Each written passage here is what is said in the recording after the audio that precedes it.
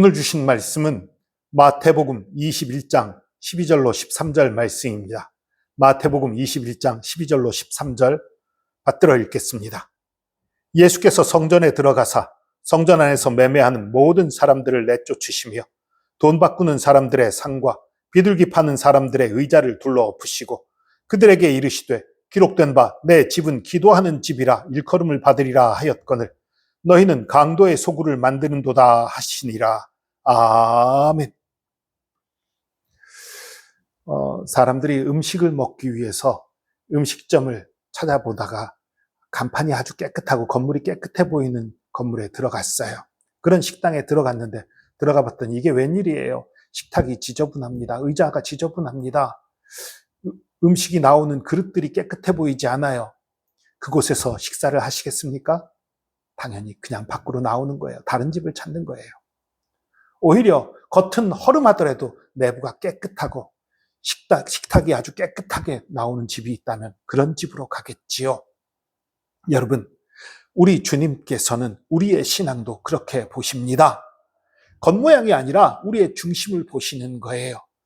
우리의 중심이 온전한 예배자로 서 있는지, 온전한 예배를 드리고 있는지 그것을 보시는 거예요. 오늘 본문은 우리 주 예수 그리스도께서 온전한 예배를 회복시키시기 위해 성전을 정결하게 하신 일을 기록하고 있습니다. 여러분, 고난주간이 시작됐어요. 내일부터라고요? 예, 우리나라 시간으로는 내일부터 맞습니다. 그러나 유대식 시간을 적용하면 저녁이 되었기 때문에 지금 벌써 고난주간이 시작된 거예요. 여러분, 이 고난주간을 맞아서 제일 먼저 해야 될 일이 무엇입니까? 예수께서 예루살렘에 오셔서 제일 먼저 하셨던 그 일이 우리에게도 적용되는 것이 마땅하다고 생각합니다. 예수님이 호산나 찬송하는 무리들의 환호를 받으며 예루살렘에 들어오셔서 제일 먼저 하신 일은 성전을 찾으신 거예요. 그리고 성전을 청소하신 것입니다. 성전 바닥에 더러운 것들, 휴지들, 그런 것을 치웠나요? 아니요. 성전 안에 있는 우리의 욕심, 우리의 장사성, 하나님을 바라보고 온전한 예배자가 아니라 자신의 이익과 이권 안에 물들어 있는 더러운 마음을 먼저 청소하신 거예요. 성전 안에 정확히는 이방인의 뜰에 장사하는 자들이 있었어요. 성전에 그 유대인의 뜰, 그곳은 감히 들어가지 못하고 이방인의 뜰에서 장사하는 자들이 있었어요. 그래서 이에 대해서 마가복음에서는 내 집은 기도하는 집이다 이렇게 표현하지 않고 내 집은 만민이 기도하는 집이다 이렇게 표현을 해요. 이방인들의 뜰을 무시하면서 그곳에서 장사를 하고 있는 거예요. 소, 염소, 양, 비둘기 이런 것을 사고 팔고 그리고 돈을 바꾸는 것, 그런 것들을 하고 있는 거예요. 이거 제사에 다 필요한 건 맞습니다. 그러나 성전 안에서는 아니에요. 성전 밖에서 하고 있었어야죠. 이방인의 뜰 밖에서 예배에 방해되지 않게 하고 있었어야죠. 자신의 이익에 눈이 멀어서, 돈에 눈이 멀어서 하나님 앞에 예배하는 것보다 돈이 먼저 있는 사람들. 그래서 예수님이 그들을 내쫓으신 거예요. 그래서 이렇게 말씀하시지요.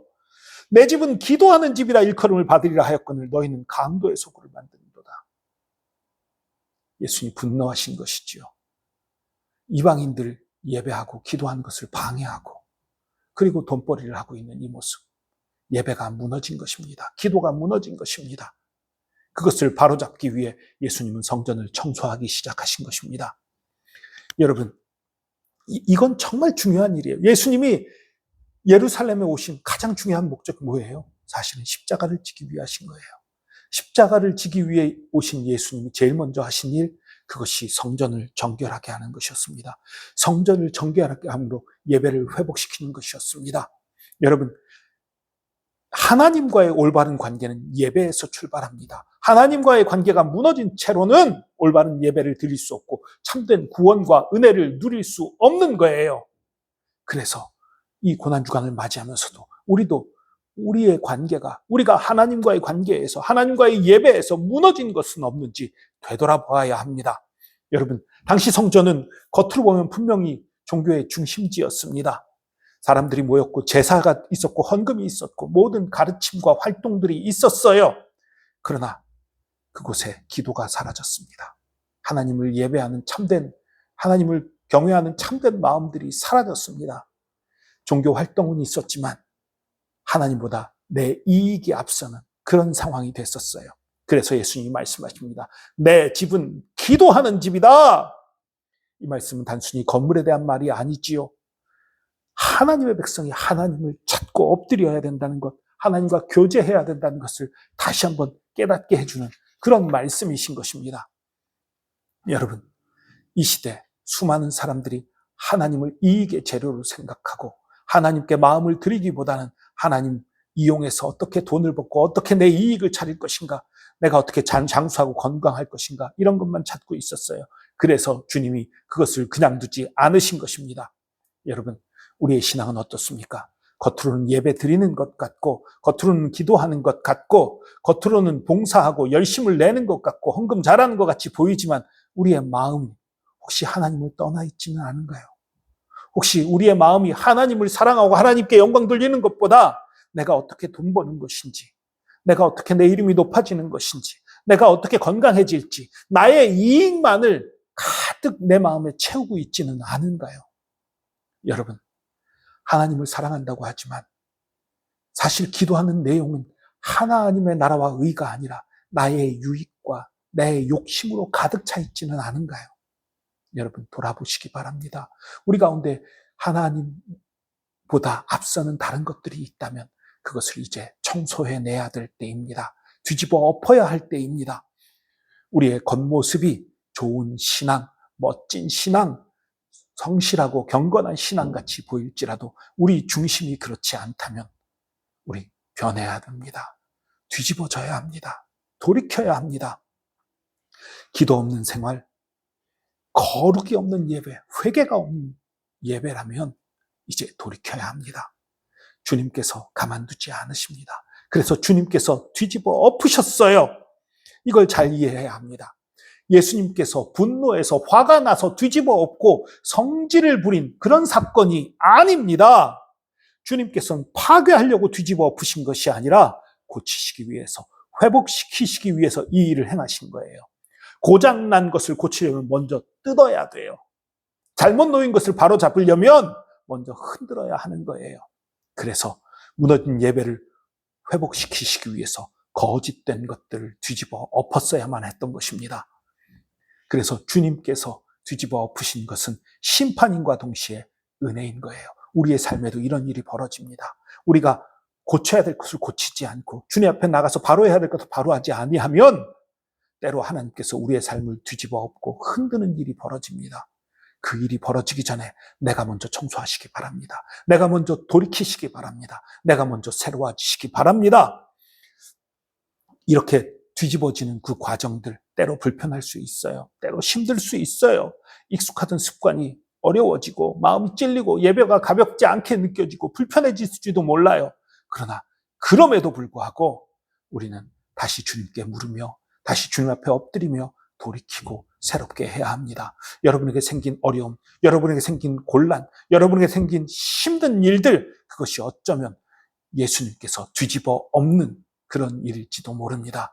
하나님 앞에 온전히 마음을 드리고 온전히 돌이키시기 바랍니다. 온전히 돌이킬 때에 우리 가운데 치료가 일어나는 거예요. 14절을 보면 맹인과 저는 자들이 성전에서 예수께 나오매 고쳐주시니, 이 말씀이 바로 이어집니다.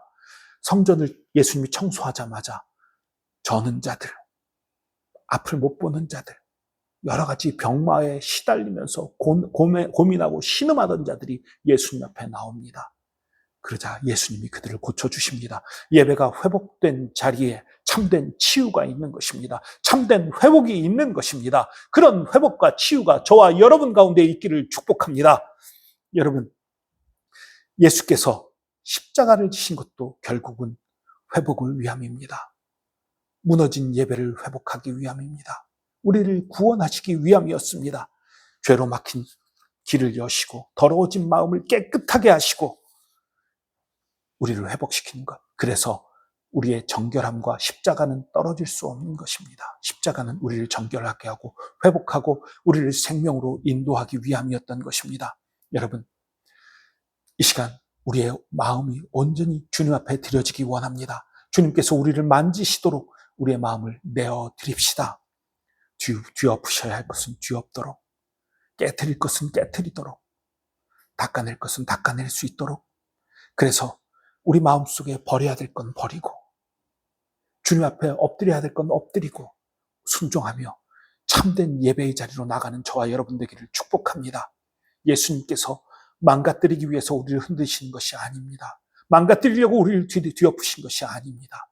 우리를 회복시키시기 원합니다. 우리를 치유하시기 원합니다. 참된 예배가 살아나도록 우리를 흔드시는 것입니다. 여러분, 예수님께서 지금 우리의 삶을 뒤엎기 원하시는 것이 무엇인지 돌아보시기 바랍니다. 내 속에서 뒤집어져야 될 것, 변화돼야 될 것이 무엇인지 돌아보시기 바랍니다. 이 고난주간 맞아 우리 안에 기도가 회복되고 거룩이 회복되고 하나님을 향한 중심이 회복되기를 예수 그리스도의 이름으로 축복합니다. 기도하겠습니다. 주님, 고난주간의 첫날 저희를 말씀 앞에 세워주셔서 감사합니다. 예수님께서 성전에 들어가셔서 잘못된 것을 뒤엎으시고 기도의 집을 회복시키려 하셨듯이 오늘 우리의 마음도 살펴주시옵소서. 주님, 우리 안에도 신앙의 모양은 있는데 중심이 주님께로부터 멀어진 부분이 있다면 불쌍히 여겨 주시옵소서. 기도보다 분주함이 앞서고 예배보다 습관이 앞서고 하나님보다 다른 것들이 더 크게 자리 잡고 있었다면 용서하여 주시옵소서.